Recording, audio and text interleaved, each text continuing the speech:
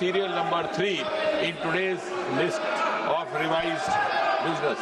Thank you, Speaker sir. Item number 4, Shri B. Somanna ji.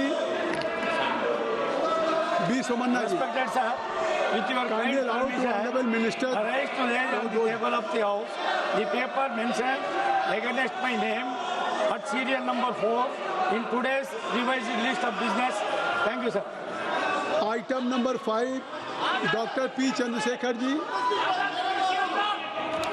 Honorable Speaker, sir, with your kind permission, I rise to lay on the table of the House the papers mentioned against my name at serial number 5 in today's revised list of business. Thank you. Item number 6, Shri B. L. Verma ji. आपकी अनुमति से आज की लोकसभा की संशोधित कार्य सूची में क्रम संख्या 6 पर अपने नाम के सम्मुख अंकित प्रपत्र सभा पटल पर रखता हूँ। Item number 7, Shri B. L. Verma ji. आदरणीय अध्यक्ष महोदय, आपकी अनुमति से आज लोकसभा की संशोधित कार्य सूची में क्रम संख्या 7 पर साथी राज्य मंत्री श्री सतीश चंद्र द्विवेदी के नाम के सम्मुख अंकित प्रपत्र सभा पटल पर रखता हूँ। Item number 8, श्रीमती नीमू बेन मामनिया जी। माननीय अध्यक्ष महोदय, मैं आपकी अनुमति से आज की संशोधित कार्यसूची में क्रम संख्या 8 पर मेरे नाम के सामने उल्लिखित कागजात सभा पटल पर रखती हूँ। धन्यवाद। करते हैं और सुप्रीम कोर्ट से एक्सपेक्ट करते हैं कि जितनी संख्या बनेगी, जजेस आएंगे, डिसीजंस होंगे, लोगों को जस्टिस मिलेगी। I have four orders of supreme court जजेस इन दैट आर्टिकल 370 केस, जहां पर उन्होंने each justice Chandrachud, justice Sanjay Kishan Kaur,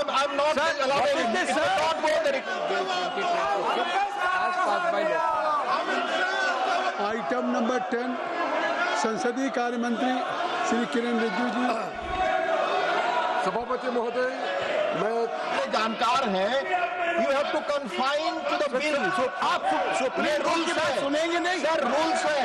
अरे रूल्स के तहत क्या बहस कर रहे हैं सर? नंबर ऑफ जजेस पर बहस करूंगा सर, इंटरेस्टेड नहीं है तो हम किसी और को बुलाएं। मैं सर क्या बहस करूंगा sir? You have to confine on the bill. अगर no no, you have to confine on the bill. इधर ही फॉलो मैंने रूल को मेरा कहना है, व्हाट डिड जस्टिस चंद्रचूड़ से sir? We direct that steps be taken by the Commission of India. No, you are not interested in speak. मैं आपको 3 बार मौका दिया, आप बोलना नहीं चाहते.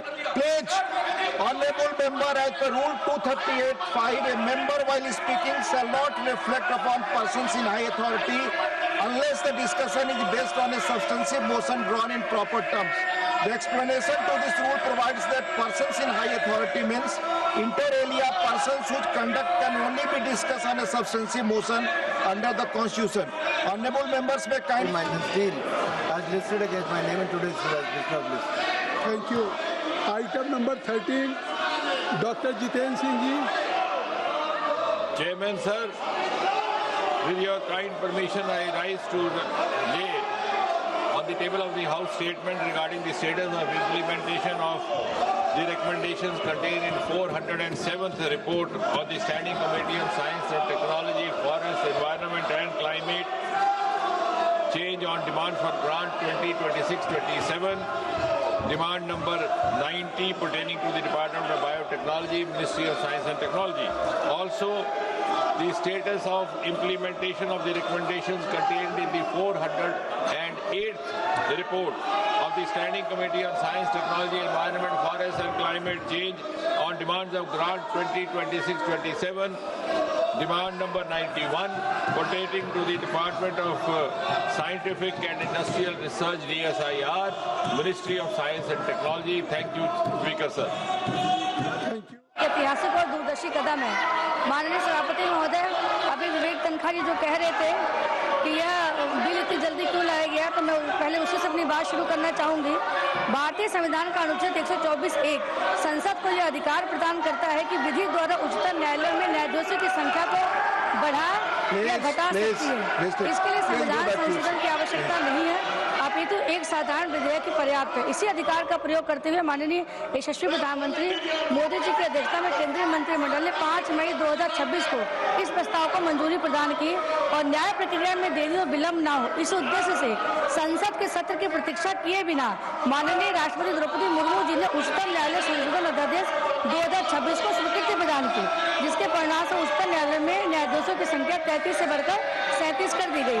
आज हम जिस विधेयक पर चर्चा कर रहे हैं ये उसी अध्यादेश का स्थान लेने तथा अस्थायी विधायी स्वरूप प्रदान करने के लिए प्रस्तुत किया गया है। तो ये जो कहा गया क्यों किया गया, मैंने उसी का जवाब दिया।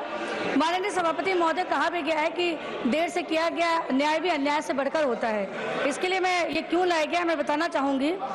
हमारी न्यायपालिका आज लंबित मामलों के अभूतपूर्व बोझ से जूझ रही है। विधि और न्याय मंत्रालय द्वारा इस विधेयक के उद्देश्यों कारणों कथन में कहा गया है कि 1 जनवरी 2026 तक न्यायालय में लगभग उच्चतम न्यायालय में 92,101 मामले लंबित थे। हालांकि माननीय उपसभापति महोदय लगभग 2025 में 65,615 मामलों का निपटारा गया, लेकिन 75,410 नए निपटारे की गति के मामलों के दर्ज करने की गति अतः यह संख्या निरंतर बढ़ती चली गई। यह स्थिति केवल उच्चतम न्यायालय तक सीमित नहीं है। संसद के हाल ही में दी गई जानकारी के अनुसार देश के विभिन्न उच्च न्यायालयों में लगभग 63 से लेकर 64 लाख लंबे मामले लंबित है। अध्यक्ष महोदय, यह आंकड़े किसी साधारण विलंब के सूचक नहीं है, बल्कि हमारे न्याय व्यवस्था के समक्ष खड़ी एक गंभीर चुनौती का परिणाम है। माननीय उपसभापति महोदय, मैं यही बताना चाहूंगी, कई मामले तो ऐसे जो 10 वर्ष से अधिक समय से विचाराधीन है। ये जब हमारी न्याय की प्रक्रिया देर होती है तो ये केवल न्याय प्रक्रिया ही नहीं, ये नागरिकों के मूल अधिकारों के हक का भी हनन करती है। माननीय सभापति महोदय, मैं ये भी बताना चाहूंगी कि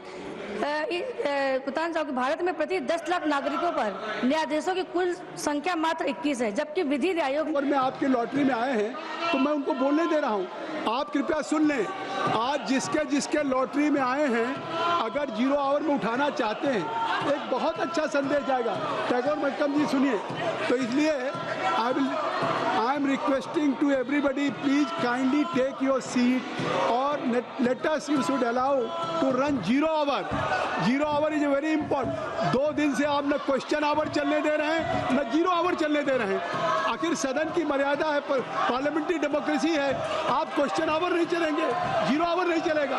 आखिर what for you have been elected, if you are accountable to the people of the state, please हम आपको 0 आवर चलाना चाहते हैं। ये जनता आपसे पूछेगी कि आप ही बताइए कि अगर हम 0 आवर में आपको मौका देना चाहते हैं तो फिर नियम 377 के अधीन जो आज नियम 377 में जिनके